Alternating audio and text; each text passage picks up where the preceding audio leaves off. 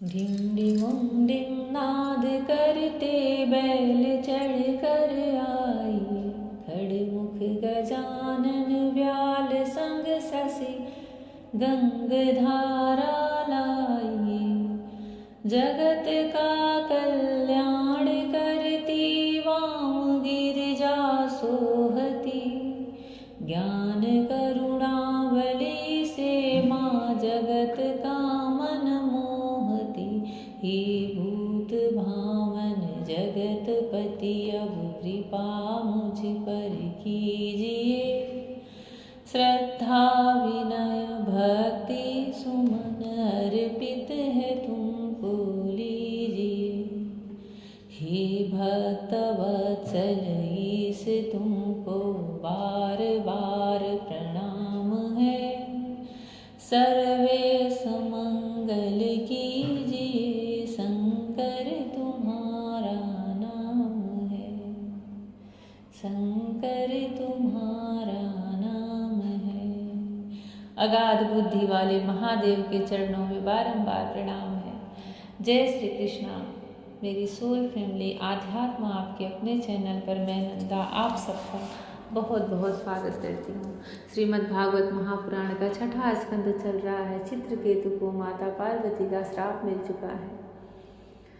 वह उनकी मोक्ष के ही लिए मिला, उनकी मुक्ति के ही लिए मिला। श्री हरि की लीला कैसी हो, कब हो, क्या हो, कोई नहीं जान सकता, कोई भी नहीं।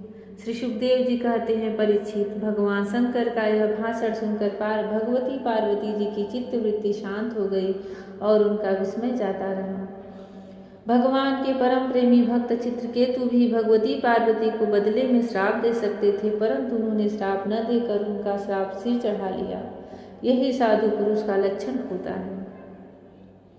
यही विद्याधर चित्रकेतु दानव योनि का आश्रय लेकर त्वष्टा के दक्षिणाग्नि से पैदा हुआ। वहाँ इनका नाम वृत्रासुर हुआ और वहाँ भी ये भगवत स्वरूप के ज्ञान एवं भक्ति से परिपूर्ण ही रहे। तुमने मुझसे पूछा था कि वृत्रासुर का दैत्य योनि में जन्म क्यों हुआ और उसे भगवान की ऐसी भक्ति प्राप्त कैसे हुई। उसका पूरा पूरा विवरण मैंने तुम्हें सुना दिया। महात्मा चित्रकेतु का यह पवित्र इतिहास केवल उनका ही नहीं, समस्त विष्णु भक्तों का महात्म है। इसे जो सुनता है वह समस्त बंधनों से मुक्त हो जाता है। जो पुरुष प्रातः काल उठकर मौन रहकर श्रद्धा के साथ भगवान का स्मरण करते हुए इस इतिहास का पाठ करता है, उसे परम गति की प्राप्ति होती है। जय श्री कृष्णा। श्री सुखदेव जी कहते हैं, परीक्षित, सविता की पत्नी वृष्णि के गर्भ से 8 संतानें हुई। अब इसमें प्रसंग आ रहा है भागवत महापुराण में मरुदगढ़ की उत्पत्ति कैसे हुई, जो देवता इंद्र के साथ रहते हैं। बड़ी ही सुंदर यह प्रसंग है भागवत की।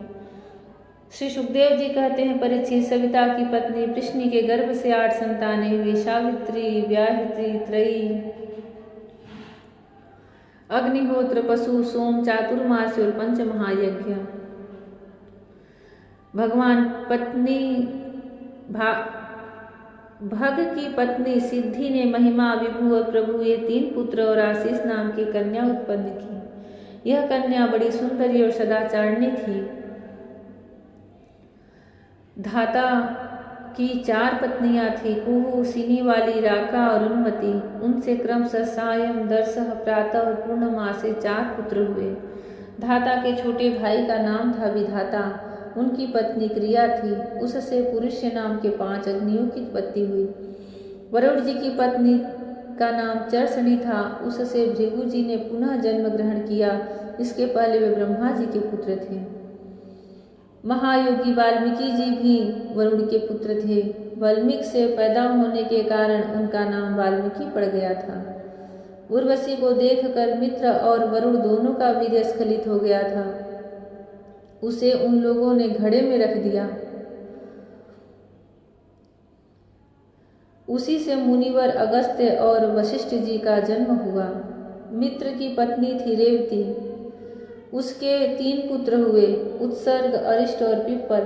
प्रिय परीक्षित, देवराज इंद्र की पत्नी थी उलोम नंदिनी सची। उनसे हमने सुना है कि उन्होंने 3 पुत्र उत्पन्न किए, जयंत, ऋषभ और मीढ़वान। स्वयं भगवान विष्णु ही बलि पर अनुग्रह करने और इंद्र का राज्य लौटाने के लिए माया से वामन उपेंद्र के रूप में अवतीर्ण हुए थे। उन्होंने 3 पग पृथ्वी मांगकर तीनों लोक नाप लिए थे। उनकी पत्नी का नाम था कीर्ति। उससे बृहच्छलोक नाम का पुत्र उत्पन्न हुआ। उसके सौभग आदि कई संतानें हुई। कश्यप नंदन भगवान वामन ने माता अदिति के गर्भ से क्यों जन्म लिया, इस अवतार में उन्होंने कौन से गुण, लीलाएं और पराक्रम प्रकट किए, इसका वर्णन मैं आगे 8वें स्कंध में करूंगा। प्रिय परीक्षित, अब मैं कश्यप जी की दूसरी पत्नी दिति से उत्पन्न होने वाली उस संतान परंपरा का वर्णन सुनाता हूँ जिसमें भगवान के प्यारे भक्त श्री प्रहलाद जी और बलि का जन्म हुआ। दिति के दैत्य और दानवों के वंदनीय 2 ही पुत्र हुए, हिरण्यकशिपु और हिरण्याक्ष। इनकी संक्षिप्त कथा मैं तुम्हें 3रे स्कंद में सुना चुका हूँ। हिरण्यकशिपु की पत्नी दानवी कयाधु थी। उसके पिता जम्भ ने उसका विवाह हिरण्यकशिपु से कर दिया था। कयाधु के 4 पुत्र हुए, सहलाद, अनुर्लाद, ह्राद और प्रहलाद। इनकी सिंहिका नाम की एक बहन भी थी। उसका विवाह विप्रचित्ति नामक दानव से हुआ। उससे राहु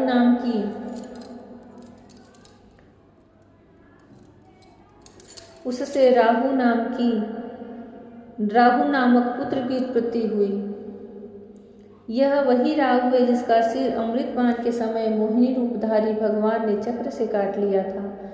सरलाद की पत्नी थी कृति। उससे पंचजन नामक पुत्र उत्पन्न हुआ। रात की पत्नी थी धमनी। उसके 2 पुत्र हुए, वातापी और इलवल।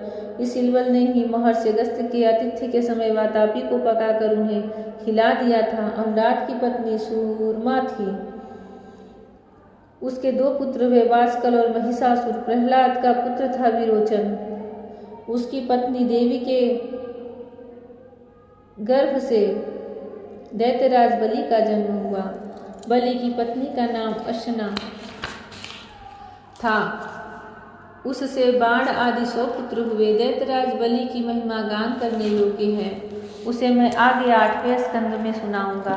बलि का पुत्र बाणासुर भगवान शंकर की आराधना करके उनके गढ़ों का मुखिया बन गया। आज भी भगवान शंकर उसके नगर की रक्षा करने के लिए उसके पास ही रहते हैं। दिति के हिरण्यकशिपु और हिरण्याक्ष के अतिरिक्त 49 पुत्र और थे। उन्हें मरुद्गण कहते हैं। वे सब निसंतान रहे। देवराज इंद्र ने उन्हें अपने ही समान देवता बना लिया। राजा परीक्षित ने पूछा, भगवान मरुद्गण ने ऐसा कौन सा सत्कर्म किया था जिसके कारण वे अपने जन्मजात सुरोचित भाव को छोड़ सके और देवराज इंद्र के द्वारा देवता बना लिए गए। ब्राह्मण, मेरे साथ यहाँ की सभी ऋषि मंडली यह बात जानने के लिए अत्यंत उत्सुक हो रही है, अतः आप कृपा करके विस्तार से वह रहस्य बतलाइए।